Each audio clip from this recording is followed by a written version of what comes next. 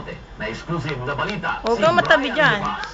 Kaya, Justin. Bagong ilog sa Pasig. Inaasahang magbabagong buhay na ang dalawang presong bagong daya noong Oktubre lamang ngayong taon na sina Edwin Bucayaw, 35 taong gulang, at ang nakatakas nitong kasama na si Edison Villarreal. Pero gumawa agad ng pang-hold up. Base sa paunang investigasyon ng pulisya, nang-hold up ang dalawang suspect sa isang factory worker na si Lip Nartates, 29 na taong gulang na taga C5 Road, Pasig City.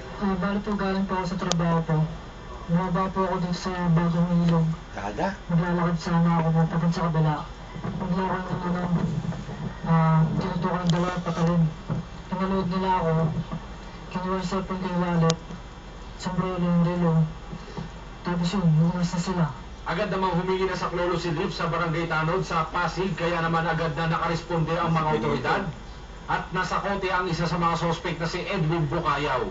Dumating siya kanina dito sa barangay, nagmamadali. Nakanang siya na hold up siya doon sa ibabaw ng tulay. Nung tinanong namin siya, kung isang parte, doon daw sa may salongga na may hagdanan na bakal doon. Kaya kami nagresponde agad at nahuli agad namin itong taong ito na...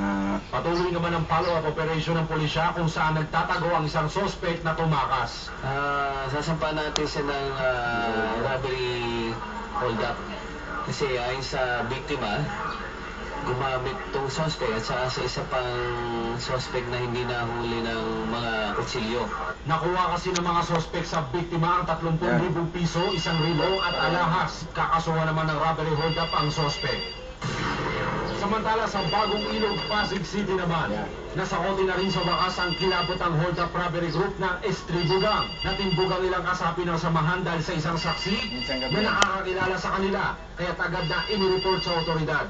Nahuli ang tatlo samantalang nakatakas naman ang kanilang leader na kinilala si Ron Ron. Mula sa Shaw Boulevard hanggang Bagong Ilog, Pasig City ang operasyon ng Estribugang. Tinatayang 4 na beses ng bibiktima ang grupo sa loob ng isang linggo sa Pasig City. Kasama si Gary Rada, Brian De Paz para sa Hataw Balita ng UNTV News Worldwide.